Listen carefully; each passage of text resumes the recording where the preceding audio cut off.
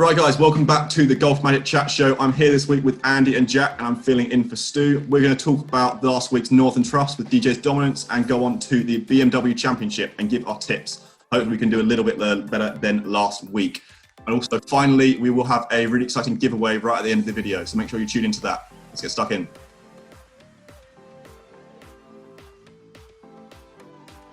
Right, guys, so Northern Trust last week, DJ dominating. Andy, tell me all about it.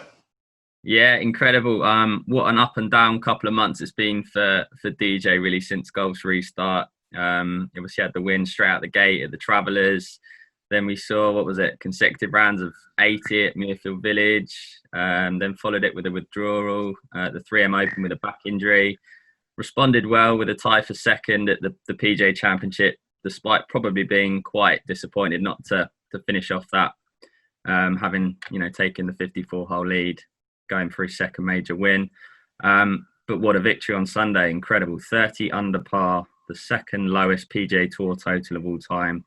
Trounced the field by 11 shots. DJ well and truly back to his best.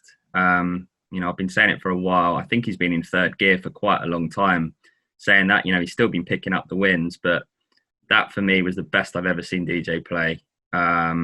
He's back to world number one now, top of the FedEx Cup standings. I thought it was just a clinic, really, from tee to green. He was 320 yards driving distance with his TaylorMade sim driver. Pretty much watched every shot he hit over the weekend, and I didn't see him miss a fairway, to be honest. If he did, it wasn't by much. He led the greens hit, 90%, incredible. So his iron game is on point. But his putting, when DJ ranks in the top 10 for strokes gained putting, he typically wins. And that was evident at the weekend. He's gone back to his trusty black Spider mallet, which Jack and I have always been speaking about his putters, and he typically goes to an event with 6 putters in his car, and he chops and changes. But we've always thought he putts better with this one. I think Claude Armand does as well, his coach. We just want to see DJ stick with this now, especially with the majors coming up. But the way he putted, especially on the weekend, and obviously on Friday when he nearly shot the 59. I thought it was just incredible stuff. What did you make of it, Jack? It'd be typical of DJ to putt like that and then probably switch again this week. Really wouldn't surprise me. Did it before. He did a phenomenal week with the Trust putter, and then suddenly he had a different putter in the bag. You just thought, you just need to stick with the putter. We say it all the time. It's the one club that should be in your bag for years. It's, even like for amateur golfers, you might get a new driver every year or something like that, but you can have a putter for 10 years. It's such an important club. He putted so well. He played so brilliantly. He's one of my favourite players to watch when he's playing so well. I think when he is playing well, he is the best player in the world. No disrespect to Jon Rahm, but when you look at the world rankings, obviously Rahm's extremely consistent, hence why he was up the top. But Rahm only had a handful of PGA Tour wins, no majors, and you think, should you be sitting up there, above the likes of DJ, Thomas, McIlroy? And no disrespect to Rahm, I think he's a phenomenal player, and he'll be one of Europe's most important players when that Ryder Cup does come around. But DJ, when he's playing well, is a true number one, hands above the rest. Just a fantastic player, and he just made TPC Boston look a little bit too easy, in my opinion. I think it was fantastic. Obviously to shoot a round of 60 and play that well. He obviously played phenomenally, but I just think maybe the course was playing a little bit easy. Even players like JT were like tweeting about it. And when the players are saying it themselves, and their friends are winning tournaments. But I just think it just played a little bit too easy for my liking. What do you make of it, Alex? Yeah, it was really entertaining to watch. I watched pretty much every shot that DJ plays, and it was scary not only how accurate he was, but how long he was driving it. Like, it was pretty much 320 every single drive, flirting with 340 as well on those par 5s as well. When you've got someone who's hitting it between 320 and 340 in the fairway every single time, yes, as you said, Jack, it's a pretty easy course. It seemed didn't play difficult, but still it's pretty terrifying to watch that as an amateur golfer. Kind of lines up pretty well for him at Winged Foot in a few weeks' time. I know that course is playing very, very long. I know, Andy, you've tipped him for the US Open as well, so I'm sure you're looking forward to that one. But very excited. I'm thinking, who's gonna beat this man if he can play like that? If he can play like how he played at the Memorial and shoot 80 on Thursday and Friday, everyone will beat him. But It's just what DJ we're going to see over the next few weeks. For the FedEx Cup, I mean, it's hard to really tip anyone else apart from him to who's actually going to take home that trophy at Eastlake, who's going to take home that $10 million. I think it's DJ's more or less to lose. We know what he can do. If we've got some big players like Bryson, John Rahm, JT performing, as you said, if he's on his game, he is the world number one. He's the person who's going to be the one to beat. I don't really think anyone can beat him if he's on his top of his form. So it'll be really interesting to see what happens the next few weeks and how he really combats being number one in the world and number one in the FedEx Cup rankings. It's going to be good to watch. And hasn't been number one, I think, since May 2019, is it? So I think he'll be hungry to stay there for a while now. Never won a FedEx Cup before either, and all those PGA Tour wins, never won a FedEx Cup. So I think this would be making him hungry to go and win it.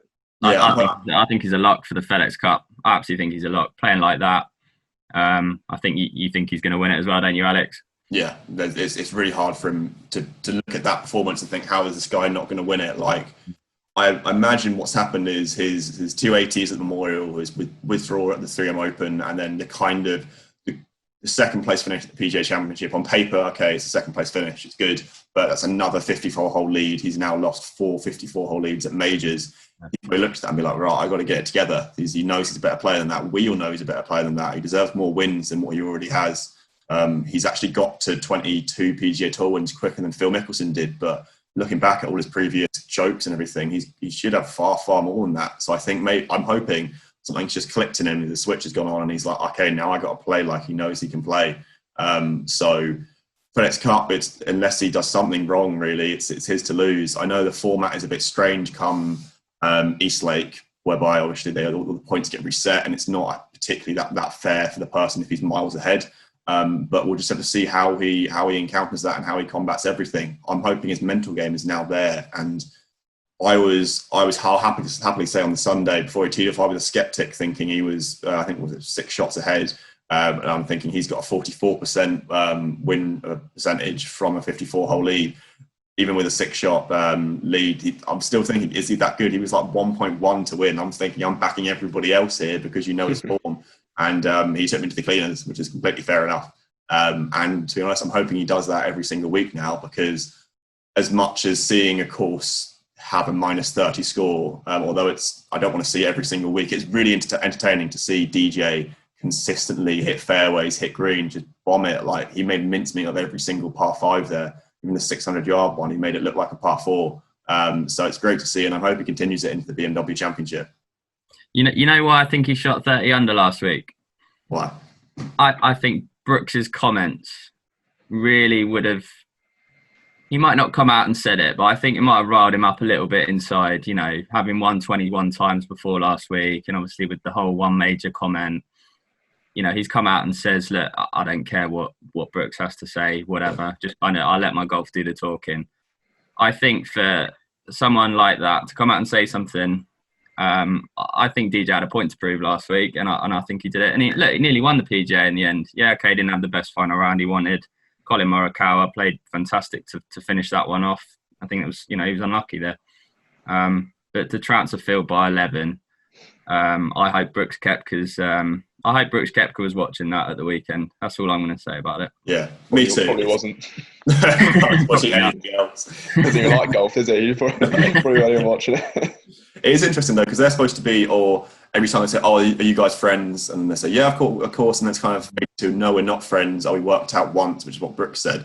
Yeah. We kind of know that is a lie. We've seen they've been friends for years. The footage from 5 years or so ago, and that kind of always comes back to the Ryder Cup in 2018 when there was a rumoured fight between them, and it's now kind of pointing towards that, and they must have had some sort of bust up. I'd love for it to come out. I'd love to see what actually happened if they started throwing fists, because I mean, I'd pay to watch a boxing match between Brooks and DJ. I think something's definitely happened somewhere down the line, certainly over the last couple of years. I think that's fairly evident what they're all saying about each other, and, you know, saying that they're not best buds, because a few years ago they said that they were. So I'm not sure what's happened there. I like it though. It spices it up a bit, doesn't it? Yeah, absolutely. It's added a bit more to the sport. I'm a bit more entertainment. I think it's good for the sport. Bryson's comments as well. You know, the Bryson Brooks rivalry. You know, it'd be great to have Bryson Brooks and DJ in a 3-ball at the US Open. That's what I'm looking forward to anyway. Oh God, yeah, the day.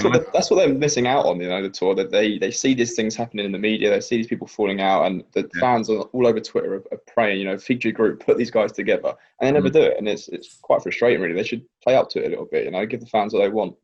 Yeah, it'll happen. I guess it'll happen soon. I hope so. Masters first round. DJ, that'll be a lot of fun. Yeah. No patrons there to hear them beating each other up. That's it, yeah.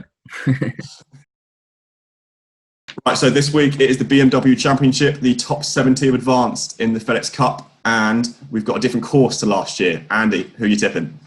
Yeah, we're off to Olympia Fields this week. Slight unknown, new venue, as you say. A parkland track that's likely going to reward accuracy over length, but let's face it, length is pretty important everywhere you tee up these days. I think it's hard to look past DJ on last week's evidence, but at 8-1, very short. The pressure's kind of off DJ now. He's obviously number one in the FedEx. Whatever happens this week, he's going to have a shot at winning his first FedEx Cup at the Tour Championship next month. At the pick of the prices, I like Daniel Berger, 22-1. He's had 9 top 15s in his last 10 starts, as I say, in the form of his life. Obviously won the Charles Schwab golf's first tournament back a couple of months ago. Came third last week, so carries some great form into this week. I think it's going to be a course that fits him, but all facets of his game look in tip-top shape. So yeah, 22-1. I'll take Daniel Berger. Jack, who do you like? Yeah, I think Berger's a really good bet. I'm going with Scotty Scheffler this week. He's at 35-1. Just 24 years old. He's at a career high now, 37th in the world.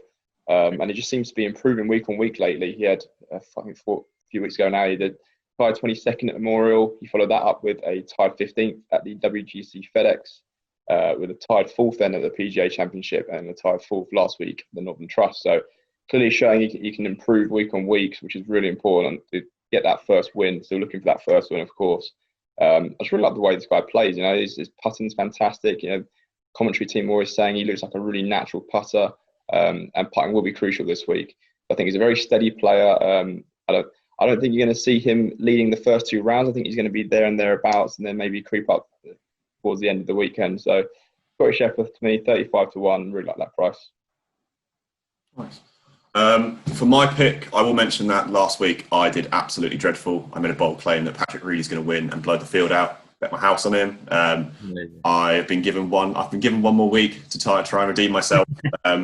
And I'm going to be honest, my confidence is not sky high, but I'm going to try and do well. And with my pick, I'm going to do Colin Morikawa. I know which course it is this week. As you said, it's Olympia Fields, not the wrong one last week. So I'm not making myself look good here, but I do know the course this week. Morikawa has played it in his amateur season and did pretty well. He just lost to Matthew Wolff, but said he likes the course. It's an apartment course, a few dog legs. In terms of someone who has an impeccable iron play and just strokes gained tee to green, he should do really well, just as long as his putting's there. I know it wasn't there last week, but he has that spark that you can ignite as per the PGA Championship. There are a few other picks that I could do, but to be honest, I'm going to leave it as one. I'm going to try and gain some redemption from last week because Patrick Reed let me down, and now the GolfMagic team, we have shunned him out. Well, we will never bet on him ever again. He was shunned out anyway. Yeah, I'm sorry. I shouldn't have picked him. Alex, are you talking from a hotel room today? Oh no, actually, no. I said the people from Can't Pay take it away. They've given me one more week. So when Morikawa misses the cut or finishes dead last next week, I will be doing it from somewhere on like a cobbled floor outside. Don't worry. We'll be around bright and early taking that house off you on Monday. Don't worry. Right, guys, finally, we have a really exciting giveaway for you. We have a Cobra limited edition Speedzone Extreme Camo Driver in 10.5 degrees. All you have to do to win is down in the comments, let us know what shaft flex you are, and we'll pick a winner at the end of this week. Good luck.